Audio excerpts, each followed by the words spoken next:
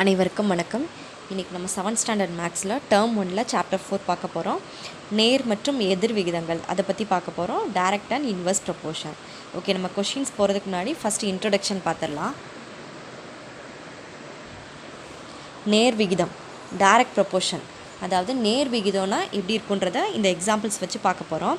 விகிதம்னாலே நமக்கு ரெண்டு வேல்யூஸ் வேணும், அப்படி தானே? ரேஷியோக்கு 2 வேல்யூஸ் வேணும். இப்போ 3:2 அப்படின்னா 3 ஒரு வேல்யூ, 2 ஒரு வேல்யூ. ஸோ அதை மாதிரி தான் இங்கே வந்து ஜென்ரலாக நம்ம எக்ஸு ஒய்ன்னு எடுத்துருக்குறோம். எக்ஸ் ஒரு வேல்யூ, ஒய் ஒரு வேல்யூ, சரியா? x:y இந்த நேர் விகிதம்.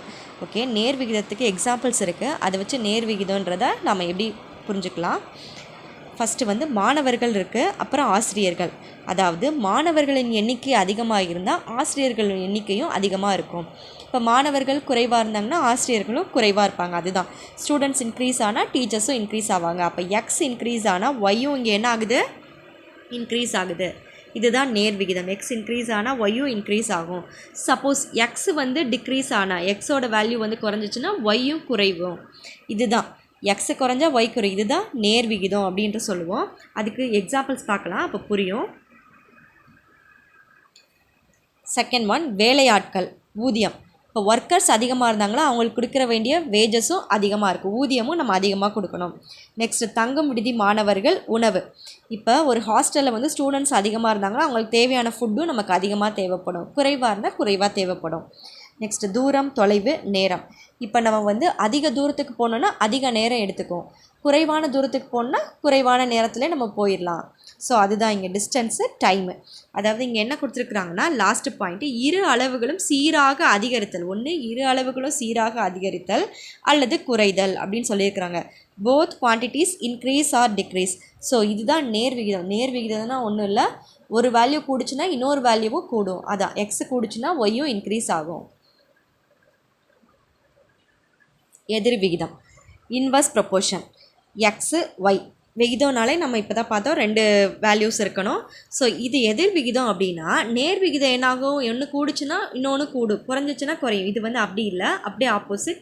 இப்போ எக்ஸோட வேல்யூ இன்க்ரீஸ் ஆச்சுன்னா ஒய்யோட வேல்யூ என்னாகும்? டிக்ரீஸ் ஆகும். எக்ஸோட வேல்யூ டிக்ரீஸ் ஆச்சுன்னா ஒய்யோட வேல்யூ என்னாகும்? இன்க்ரீஸ் ஆகும். அதுதான் எதிர் விகிதம். ஓகேயா? இப்போ இங்கே எக்ஸாம்பிள்ஸ் பார்க்கலாம்.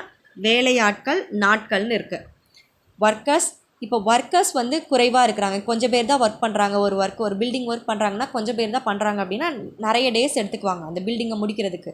அதுதான் இப்போ நிறைய பேர் வேலை செஞ்சாங்க, நிறைய ஒர்க்கர்ஸ் வந்து வேலை செஞ்சாங்க அப்படின்னா சீக்கிரம் கம்மியான டேஸ்லேயே அவங்க என்ன பண்ணிடுவாங்க? அந்த ஒர்க்கை முடிச்சிருவாங்க. அதுதான். ஸோ அப்போ வேலையாட்களும் நாட்களும் இங்கே என்ன இருக்கும்? எதிர் விகிதத்தில் இருக்கும்.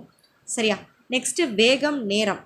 அதாவது இப்போ ஒரு இடத்துக்கு நம்ம ஒரே ஸ்பீடில் போனோன்னா நமக்கு எந்த பிரச்சனையும் இல்லை. சப்போஸ் நம்ம வந்து ஸ்பீடு இன்க்ரீஸ் பண்ணுறோம், ஒரு காரில் போயிட்டுருக்கணும்னு வச்சுக்கோ, நம்ம ஸ்பீடாக போனோன்னா நம்ம என்ன பண்ணிடுவோம்? சீக்கிரமாக ரீச் பண்ணிடுவோம். ஸ்லோவாக போனோன்னா டைம் வந்து அதிகமாகும். அதுதான் இப்போ வேகம் அதிகரிச்சிச்சுன்னா நேரம் வந்து குறையும், வேகம் குறைஞ்சிச்சு அப்படின்னா நேரம் வந்து கூடும். அதுதான் இங்கே ஓரளவு அதிகரிக்கும் பொழுது மற்றொன்று குறைதல் அல்லது மறுதலையாக அமைதல். வேறு ஒன்றும் இல்லை, இன்னொன்று குறையும் போது மற்றொன்று அதிகரிக்கும். அதுதான் மறுதலையாக அமைதல். Increase in one quantity causes decrease in the other quantity or vice versa. Okay, இப்போ நம்ம இன்ட்ரடக்ஷன் பார்த்துட்டோம். ஓகே, இப்போ நம்ம சம்ஸ்க்கு போகலாம். இந்த சாப்டர் ரொம்ப ஈஸியான சாப்டர், ரொம்ப ஈஸியாக இருக்கும். ஃபஸ்ட் கொஷின், 24 பென்சில்களை 6 குழந்தைகளுக்கு சமமாக பிரித்து கொடுக்கின்றனர். அதேபோல் கொடுத்தால் 18 குழந்தைகளுக்கு தேவையான பென்சில்களின் எண்ணிக்கை எவ்வளவு? If 6 children share 24 pencils equally, then how many pencils are required for 18 children? Okay, இங்கே வந்து எக்ஸு ஒய்யை ஃபஸ்ட்டு நம்ம பிரித்து எழுதிக்கணும். ஃபஸ்ட்டு இங்கே வந்து எக்ஸு என்னன்னு வச்சுக்கலாம்? நம்ம பென்சில் வச்சுக்கலாமா? பென்சிலை எக்ஸுன்னு வச்சுக்கலாம். நெக்ஸ்ட்டு சில்ட்ரன், குழந்தைகளை வந்து நம்ம வந்து ஒய்ன்னு வச்சுக்கலாம். ஓகேயா? இப்போ என்ன பண்ணலாம்? 24 பென்சிலை எத்தனை ஸ்டூடெண்ட்ஸ்க்கு கொடுக்குறாங்க? 6 குழந்தைங்களுக்கு கொடுக்குறாங்க.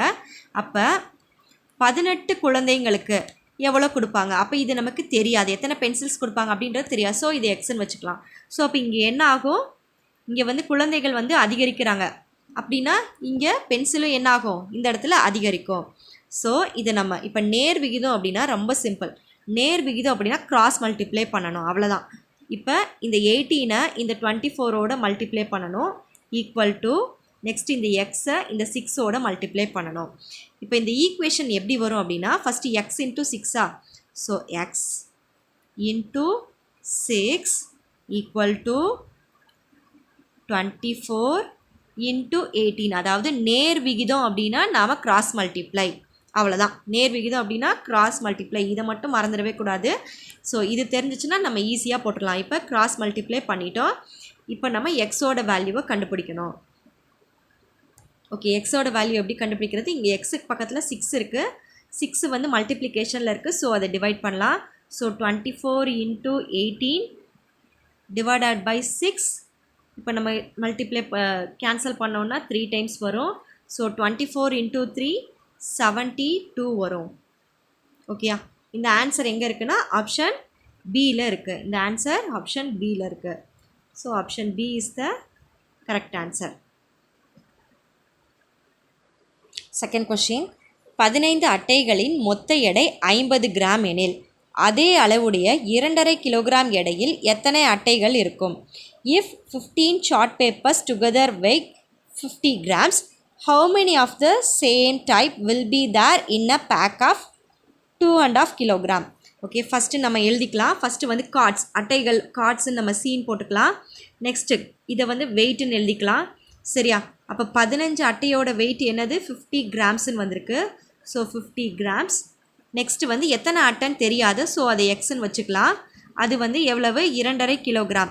இப்போ இந்த கிலோகிராம் வந்து நாம் என்ன கன்வெர்ட் பண்ணோம்? நாம் வந்து கிராம்ஸில் கன்வெர்ட் பண்ணோம். அப்போ 2 kg 2 கிலோகிராம் வந்து என்ன வரும்? 2000 கிராம்னு வரும். அப்போ 1/2 கிலோகிராம் 500. ஸோ 2000ம் 500ஐயும் ஆட் பண்ணோம் அப்படின்னா நமக்கு 2500 கிராம்ஸ்ன்னு வந்துடுச்சு. ஓகே, இங்கே வந்து என்ன ஆயிருக்கு? எடை வந்து கூடியிருக்கு. இங்கே வந்து வெயிட் வந்து இன்க்ரீஸ் ஆகிருக்கு. ஸோ அப்போ இங்கே கார்ட்ஸும் என்ன ஆகும்? இன்க்ரீஸ் ஆகும். ஸோ இது வந்து நேர் விகிதம் தெரிஞ்சிச்சு. நேர் விகிதம்னா கிராஸ் மல்டிப்ளை. ஓகே, இதை 1 ஸ்டெப்லேயே பண்ணிடலாம். எக்ஸையும் 50ஐயும் மல்டிப்ளை பண்ணோம்.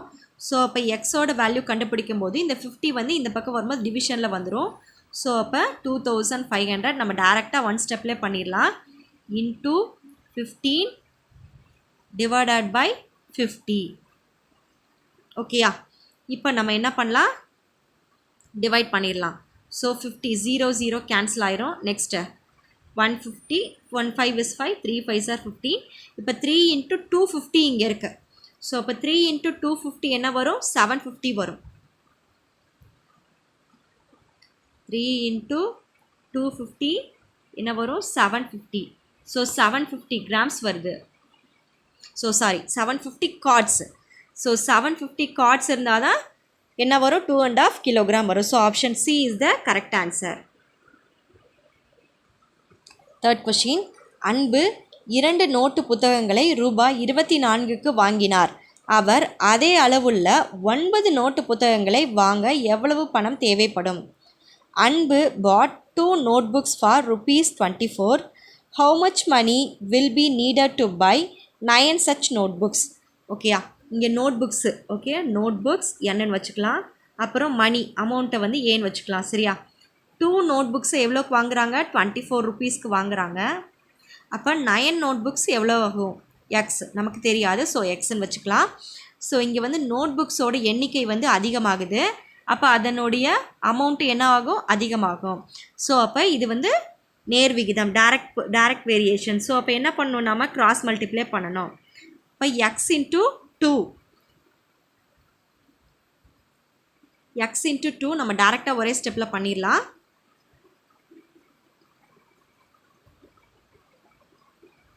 எக்ஸோட வேல்யூ கண்டுபிடிக்கணும் அப்படின்னா நம்ம என்ன பண்ணுவோம்? 9 இன்ட்டு 24 9 இன்ட்டு 24 அந்த 2 வந்து எக்ஸோட மல்டிப்ளை ஆகும் இல்லையா? ஸோ அது இந்த பக்கம் வரும்போது என்ன ஆகும்? ரைட் ஹேண்ட் சைடு வரும்போது டிவைட் ஆகும். ஸோ 2 24 கேன்சல் பண்ணால் 12. ஸோ 9 12s ஆர் 9 12ஐயும் மல்டிப்ளை பண்ணோன்னா 108. ஸோ 108 rupees வருது. ஸோ இந்த ஆப்ஷன் எங்கே இருக்குது? ஆப்ஷன் ஏல இருக்குது. Option A is the correct answer. Fourth question, ஒரு மகிழுந்து 90 கிலோமீட்டர் தூரத்தை கடக்க எடுத்துக்கொள்ளும் நேரம் 2 மணி 30 நிமிடங்கள். அதே மகிழுந்து 210 கிலோமீட்டர் தூரத்தை கடக்க எடுத்துக்கொள்ளும் நேரம் எவ்வளவு? ஓகேயா, இப்போ இங்கே வந்து தூரம் வந்து அதிகமாக இருக்குது, அப்போ டைமு என்ன ஆகும்? அதிகமாகும். ஸோ இது பார்த்தாலே தெரியுது இது நேர் விகிதம் அப்படின்னு. A car travels 90 km in 2 hours 30 minutes. How much time is required to cover 210 km? ஓகேயா, இப்போ நம்ம என்ன எடுத்துக்கலாம்? டிஸ்டன்ஸ் டைம்னு எடுத்துக்கலாம். So distance D, time for T. ஓகேயா, இப்போ இங்கே என்ன ஆகுது? 90 கிலோமீட்டர்ஸ்க்கு 2 மணி 30 நிமிடங்கள். இது எல்லாத்தையும் நம்ம வந்து மினிட்ஸில் மாற்றிக்கலாம். அப்போ 2 மணின்றது 2 × 60 120 மினிட்ஸ் வரும். அதோடு இந்த 30 மினிட்ஸ் ஆட் பண்ணோம் அப்படின்னா 150 மினிட்ஸ் வந்துடும். ஸோ எல்லாத்தையும் நம்ம நிமிடங்களாக கன்வெர்ட் பண்ணிக்கலாம், அப்போ தான் ஈஸியாக இருக்கும். நெக்ஸ்ட்டு 90 கிலோமீட்டர்லேருந்து 210 கிலோமீட்டர் போகணும் அப்படின்னா எவ்வளவு நேரம் ஆகும்? நமக்கு தெரியாது, எக்ஸு. ஸோ இது வந்து நேர் விகிதம் அப்படின்றனால நம்ம என்ன பண்ணுறோம்? கிராஸ் மல்டிப்ளை பண்ணுறோம். அப்போ எக்ஸோட வேல்யூ எக்ஸ் ஈக்குவல் டு நம்ம என்ன பண்ணலாம்? 210ஐயும் 150ஐயும் மல்டிப்ளை பண்ணி இந்த 90 என்ன பண்ணலாம்? டிவைட் பண்ணலாம். ஒரே ஸ்டெப்பில் பண்ணிடலாம். ஏன்னா அந்த 90 வந்து இங்கேருந்து நம்ம லெஃப்ட் ஹேண்ட் சைட்லேருந்து ரைட் ஹேண்ட் சைடு வரும்போது டிவிஷன் ஆயிரும். ஸோ 0 0 கேன்சல், 3 3s are 9, இங்கே 5 3s are 15. ஸோ இங்கே என்ன வருது? 210 × 15 வருது. நெக்ஸ்ட் இந்த 3ஐ கேன்சல் பண்ணலாம். 1 3 is 3, இங்கே 7 3s are. ஸோ 70 × 5 இருக்குது. நம்ம கேன்சல் பண்ணதுக்கப்புறம் லாஸ்ட்டாக என்ன இருக்குது? இந்த 70யும் இந்த 5ம் தான் இருக்குது. ஸோ 70 × 5 350 வரும். ஸோ 350 மினிட்ஸில் இருக்குது. ஸோ இந்த மினிட்ஸை வந்து நாம் என்ன பண்ணணும்? நாம் ஹவர்ஸ் அண்ட் மினிட்ஸில் கன்வெர்ட் பண்ணணும். ஸோ அப்போ என்ன பண்ணணும்? நாம் 60ஆல் டிவைட் பண்ணணும். சரியா, இது 60ஆல் டிவைட் பண்ணும்போது நாம் இந்த 0 0 கேன்சல் பண்ணக்கூடாது, ஏன்னா இது வந்து டைம் டிவிஷன். ஸோ 0 0 கேன்சல் பண்ணாமல் அப்படியே 16 வச்சு டிவைட் பண்ணணும். ஸோ 5 60s are இங்கே என்ன வரும்? 5 60s are 300.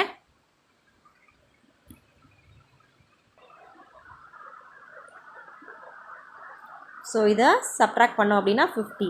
ஸோ 5 hours இங்கே என்ன வந்திருக்கு? 5 hours 50 minutes. ஓகே, இந்த ஆப்ஷன் எங்கே இருக்குதுன்னு பார்க்கலாம். நம்ம 5 hours, இது வந்து 5 hours, இது வந்து 50 minutes. ஸோ ரெண்டையும் சேர்த்துக்கணும். 5 hours 50 minutesன்றது ஆப்ஷன் டியில் இருக்குது. ஓகேயா, 5th கொஷின். 72 புத்தகங்களின் எடை 9 கிலோகிராம் எனில் அதே அளவுள்ள 40 புத்தகங்களின் எடை என்ன? The weight of 72 books is 9 kilogram. What is the weight of such books? ஓகேயா, இங்கே வந்து புக்ஸு, இப்போ புக்ஸு பின்னு எடுத்துக்கலாம், வெயிட் டபிள்யூன்னு எடுத்துக்கலாம். இங்கே 72 புக்ஸ் 9 kg. அப்போ 40 புக்ஸ் தெரியாது, ஸோ எக்ஸ்ன்னு வச்சுக்கலாம். நமக்கு இங்கே என்ன ஆகுது? புக்ஸு வந்து இங்கே இன்க்ரீஸ் ஆகுது, மேல் நோக்கி இன்க்ரீஸ் ஆகுது. ஸோ அப்போ இங்கே என்ன ஆகும்? இங்கேயும் இதுதான் இன்க்ரீஸ் அதிகமாக இருக்கும். ஸோ இது வந்து நேர் விகிதம். ஸோ கிராஸ் மல்டிப்ளை பண்ணிடலாம். ஸோ எக்ஸ் ஈக்குவல் டு டைரெக்டாக பண்ணிடலாம். 40 × 9 divided by 72. So 1 9 is 9, 8 9s are 72. Next 8ஐயும் 40ஐயும் cancel பண்ணோன்னா 5. ஸோ ஆன்சர் 5 வந்திருக்கு. So 5 kilogram is the correct answer. 6th question. 60 வேலையாட்கள் ஒரு பருத்திநூல் உருண்டையை நூற்க 7 நாட்கள் தேவைப்படுகிறது. ஓகேயா, 42 வேலையாட்கள் அதே வேலையை செய்து முடிக்க எத்தனை நாட்கள் ஆகும்? 60 workers can spin a bale of cotton in 7 days. In how many days will 42 workers spin it? Okay, first இங்கே வந்து ஒர்க்கர்ஸ் டேஸ் கொடுத்துருக்குறாங்க. Workers days. ஃபஸ்ட்டு ஒர்க்கர்ஸ் வந்து 60 ஒர்க்கர்ஸ் இருக்கிறாங்க. 60 பேர் சேர்ந்து 7 நாளில் வேலையை முடிக்கிறாங்க. ஸோ அப்போ 42 பேர் சேர்ந்தாங்கன்னா எவ்வளோ நாள் ஆகும்? அப்போ இங்கே என்ன ஆகுது? ஆட்கள் வந்து இங்கே குறையிறாங்க. அப்போ ஆட்கள் இங்கே குறையும் போது இங்கே என்ன ஆகும்? நாட்கள் கூடும். ஸோ ஒர்க்கர்ஸ் வந்து குறையும் போது டேஸ் வந்து, அப்போ இது பாருங்கள் ஆரோ இங்கே மாறி இருக்கா. ஸோ இது வந்து என்னது? இது வந்து எதிர் விகிதம், இன்வர்ஸ் ப்ரொப்போர்ஷன். ஓகேயா, ஸோ அப்போ இன்வர்ஸ் ப்ரொப்போர்ஷன் அப்படின்னா நாம் என்ன பண்ணணும் அப்படின்னா, டைரக்ட் ப்ரொப்போர்ஷன்னா நம்ம கிராஸ் மல்டிப்ளை சொல்லியிருக்கோம். இன்வர்ஸ் ப்ரொபோர்ஷன் எதிர் விகிதம் அப்படின்னா கிராஸ் பண்ணக்கூடாது, டேரெக்டாக மல்டிப்ளை பண்ணிடணும், அவ்வளோதான். ஸோ 60 7ஓட இந்த 42 எக்ஸோட, அப்போ என்ன வரும் 42 into X equal to 60 into 7 வரும். ஓகேயா, நல்லா பார்த்துக்கோங்க. இப்படி தான் டேரெக்டாக நம்ம மல்டிப்ளை பண்ணிடணும் எதிர் விகிதம் அப்படின்னா. இப்போ எக்ஸோட வேல்யூ கண்டுபிடிக்கணும். எக்ஸோட வேல்யூ எப்படி கண்டுபிடிக்கிறது? 60 இன்ட்டு 7/42. ஓகே, அந்த 42 இங்கே டிவிஷனில் வரும். 1 7 is 7, 6 7s are 42. நெக்ஸ்ட் இந்த 6ஐயும் இந்த 60ஐயும் கேன்சல் பண்ணோம் அப்படின்னா 10 டைம்ஸ், ஸோ 10 வரும். ஸோ எத்தனை நாளில் முடிக்கிறாங்க? 10 நாளில் முடிக்கிறாங்க. ஸோ இந்த ஆப்ஷன் எங்கே இருக்குது? ஆப்ஷன் ஏல இருக்குது.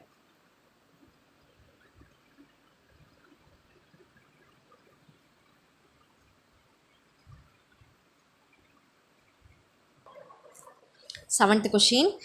ஒரு பெட்டி தக்காளியின் விலை ரூபாய் 200. வேந்தன் அவரிடம் உள்ள பணத்தில் 13 பெட்டிகளை வாங்கினார். ஒரு பெட்டியின் விலை ரூபாய் 260 என அதிகரித்தால் அவரிடம் உள்ள பணத்தை வைத்து எத்தனை பெட்டிகள் வாங்க முடியும்? The cost of one box of tomato is rupees 200. Vendan had money to buy 13 boxes. If the cost of boxes increased to rupees 260, then how many boxes will he buy with the same amount? Okay, இப்போ தக்காளி விலை தான் இப்போ அதிகமாக இருக்குது. Okay, இப்போ என்ன பண்ணலாம், நம்ம வந்து இந்த ஃபஸ்ட்டு இந்த சம்மை வந்து ஃபஸ்ட்டு புரிஞ்சுக்கணும். இப்போ ஒருத்தர் வந்து நேற்று போய் தக்காளி வாங்குறாருன்னு வச்சுக்கோங்க, சரியா? ஒரு பாக்ஸ் தக்காளியோட விலை 200 ருபீஸ். அவர் வந்து 10,000 தான் எடுத்துகிட்டு போகிறாரு. அப்போ அந்த 10,000க்கு 200 ருபீஸ் சப்போஸ் அப்படி வச்சுக்கிட்டோம் அப்படின்னா 13 பெட்டிகள் 13 பாக்ஸஸ் அவரால் வாங்க முடியுது. சரி, இன்றைக்கி போய் தக்காளி வாங்குறாரு. நேற்று 200 ருபீஸ், இன்றைக்கி தக்காளி விலை என்ன ஆகிடுச்சு? இன்க்ரீஸ் ஆகிடுச்சு. ஸோ அப்போ 260 ரூபாய் ஆகுது ஒரு பாக்ஸோட விலை. ஸோ அதே 10,000 தான் அவர் எடுத்துகிட்டு போகிறாரு. அப்போனா அங்கே வந்து அவரால் எவ்வளோ பெட்டிகள் வாங்க முடியும்? பெட்டிகள் வந்து இந்த இடத்துல குறையுமா கூடுமா? பாக்ஸஸ் இந்த இடத்துல வந்து குறையும். நேற்று 13 பாக்ஸ் வாங்கினா இன்றைக்கி வந்து அதை விட கம்மியாக தான் வாங்க முடியும். ஏன்னா அவர் அதே அமௌண்ட்டை தான் எடுத்துகிட்டு போகிறாரு. ஸோ இதுதான் இந்த கொஷினோட மீனிங். ஓகே, ஃபஸ்ட்டு நம்ம இது எழுதிக்கலாம். பாக்ஸஸ் வந்து 13 பாக்ஸஸ், அமௌண்ட் வந்து 200 ருபீஸ்.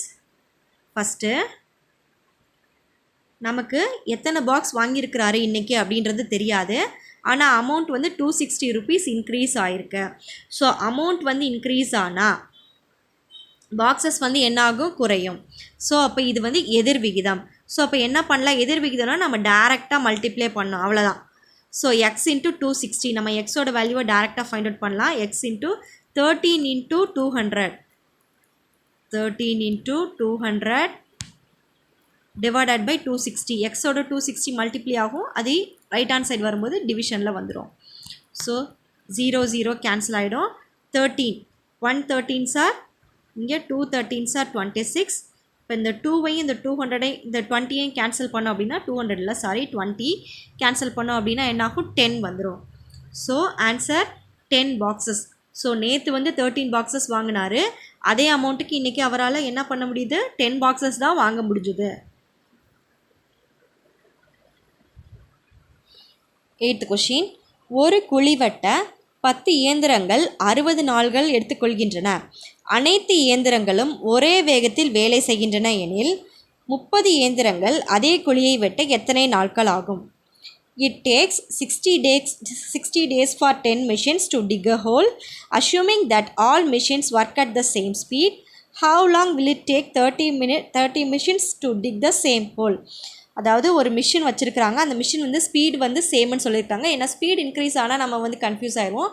ஸோ ஸ்பீடு வந்து ஒரே மாதிரி தான் இருக்குது அதோட வேகம், சரியா? அப்போ 10 இயந்திரங்கள் 60 நாளில் 30 இயந்திரங்கள். அப்போ இந்த இடத்துல வந்து இயந்திரங்கள் வந்து அதிகமாகுது, மிஷின்ஸ் அதிகமாச்சுன்னா நமக்கு ஒர்க்கு வந்து சீக்கிரம் முடிஞ்சிடும். ஸோ இது வந்து பார்த்தாலே தெரியுது எதிர் விகிதம்னு. ஸோ ஃபஸ்ட்டு நம்ம எழுதிக்கலாம் பாயிண்ட்டை. மிஷின்ஸ் டேஸ், ஃபஸ்ட்டு வந்து 10 மிஷின்ஸ் வருது, 60 டேஸ். அப்போ 30 மிஷின்ஸ் தெரியாது எத்தனை டேஸ்னு, எக்ஸ் டேஸ். அப்போ இங்கே என்ன ஆகுது? மிஷின்ஸ் வந்து இந்த இடத்துல கூடுது, அப்போ டேஸ் வந்து இங்கே என்னாகும்? குறையும். ஸோ இது எதிர் விகிதம். ஸோ டேரெக்டாக நம்ம என்ன பண்ணிடணும்? மல்டிப்ளை பண்ணிடணும். ஸோ இப்போ எக்ஸோட value 10 into 60 divided by 30. So 0, 0, 1, 3 is 3, 2, 3s are, அப்போ 2, 10 இருக்கு. So 2 into 10, 20. ஸோ அப்போ என்ன ஆகுது, 20 டேஸில் அந்த மிஷின்ஸு அந்த குழியை வெட்டி முடிச்சிருது. So answer C is the correct answer. 9th question. Neelaveni தினம்தோறும் மிதிவண்டியில் பள்ளிக்கு செல்கிறாள். அவளது சராசரி வேகம் 12 கிலோமீட்டர் பெர் மணியாக இருந்தால் அவள் பள்ளியை சென்றடைய 20 நிமிடம் ஆகிறது. அவள் 15 நிமிடத்தில் பள்ளியை சென்றடைந்தாள். அவளது அதிகரித்த வேகம் எவ்வளவு? Neelaveni goes by bicycle to her school every day. Her average speed is 12 km per hour and she reaches school in 20 minutes. What is the increase in speed if she reaches the school in 15 minutes? அதாவது இப்போ சைக்கிளில் போகிறாங்க, சைக்கிளில் போகும்போது ஒரு குறிப்பிட்ட வேகத்தில் போகும்போது 20 மினிட்ஸில் போயிடுறாங்க. அப்போ 15 மினிட்ஸில் போகணுன்னா கண்டிப்பாக அந்த ஸ்பீடு என்ன ஆயிருக்கும், அந்த இடத்துல அதிகரிச்சிருக்கும். ஸோ நேரம் வந்து குறையுது. 20 மினிட்ஸ்லேருந்து 15 மினிட்ஸாக நேரம் குறையுது. அப்போ வேகம் என்னமாகும், அதிகரிக்கும். ஸோ அதுதான் இங்கே ஸ்பீடு டைம். ஸ்பீடும் டைமும் எப்பயுமே எதிர் விகிதம் தான். ஸோ 12 கிலோமீட்டர் பெர் ஹவர் போனாங்க அப்படின்னா 20 மினிட்ஸில் போகிறாங்க. அப்போ 15 மினிட்ஸில் ஸ்கூலை ரீச் பண்ணணும் அப்படின்னா இங்கே என்ன ஆகும் தெரியாது நமக்கு. ஸோ அப்போ இங்கே வந்து என்ன ஆகுது, ஸ்பீட் இன்க்ரீஸ் ஆகும்போது டைம் வந்து டிக்ரீஸ் ஆகும். ஸோ இது வந்து எதிர் விகிதம். ஸோ எக்ஸோட value X equal to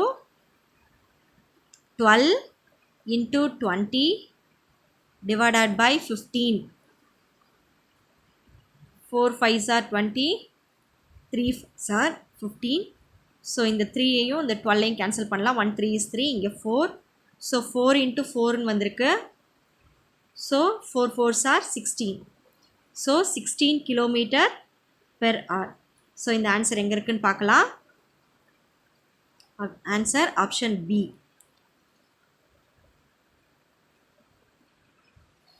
10th question, last question இதுதான். 6 நபர்கள் ஒரு வேலையை 12 நாட்களில் செய்து முடிக்கின்றனர். 2 நாட்கள் கழித்து மேலும் 6 நபர்கள் வந்து சேர்கிறார்கள் எனில் அவ்வேலையை செய்ய எத்தனை நாட்கள் எடுத்துக்கொள்வார்கள்? 6 men can complete a work in 12 days. 2 days later 6 more men joined them. How many days will they take to complete the remaining work? ஓகேயா, இங்கே வந்து பர்சன்ஸ் டேஸ், அதாவது ஒர்க்கர்ஸ், இங்கே வந்து டேஸு. ஃபஸ்ட்டு 6 பேர் வேலை செஞ்சாங்க அப்படின்னா அந்த வேலையை 12 நாளில் முடிச்சிருவாங்க. சரியா, 2 நாட்கள் கழித்து தான் வந்து சேர்றாங்க. ஸோ 6 பேர் அப்படியே இருப்பாங்க. ஸோ அந்த 2 நாள் கழித்து அப்படின்னா 12ல் 2 சப்ராக்ட் பண்ணோம் அப்படின்னா ஸோ 10 வந்துடும். ஸோ 6 பேர் அந்த வேலையை, மீதி இருக்கிற வேலையை 10 நாளில் முடிப்பாங்க. ஆனால் இந்த 6 பேரோட இங்கே என்ன பண்ணுறாங்க, எக்ஸ்ட்ரா ஒரு 6 பேர் வர்றாங்க. ஸோ இங்கே வந்து 12 பேர் மொத்தம் ஆயிடுறாங்க. இப்போ 12 பேர் சேர்ந்தாங்கன்னா அந்த வேலையை எவ்வளோ நாளில் முடிப்பாங்க? ஸோ அப்போ நம்ம விகிதம் வந்து இதுக்கு மட்டும்தான் நாம் கால்குலேட் பண்ணணும். அப்போ இங்கே என்ன ஆகுது, இங்கே வந்து ஆட்கள் கூடுறாங்க. அப்போ இங்கே என்ன ஆகும், நாட்கள் கண்டிப்பாக குறையும். ஸோ ஆட்கள் அதிகமான அந்த வேலையை சீக்கிரம் முடிச்சிருவாங்க இல்லையா. ஸோ அப்போ நாட்கள் கம்மியாகும். ஸோ இது வந்து எதிர் விகிதத்தில் இருக்குது. ஸோ டேரெக்டாக என்ன பண்ணிடலாம், நம்ம மல்டிப்ளை பண்ணிடலாம். எக்ஸ் கண்டுபிடிக்கணும். X equal to 6 into 10 divided by 12. 6 into 10 divided by 12. So 1 6 or 6. இங்கே 2 times, இங்கே 12ல் 2 times போகும். ஸோ 2ஐயும் 10ஐயும் டிவைட் பண்ணோம் அப்படின்னா 5 times. ஸோ அந்த ஒர்க்கை வந்து 5 டேஸில் கம்ப்ளீட் பண்ணிடுவாங்க. ஓகே, இந்த ஆன்சர் எங்கே இருக்குன்னா ஆப்ஷன் டியில் இருக்குது. Okay, thank you. நெக்ஸ்ட்டு இன்னொரு வீடியோவில் பார்க்கலாம்.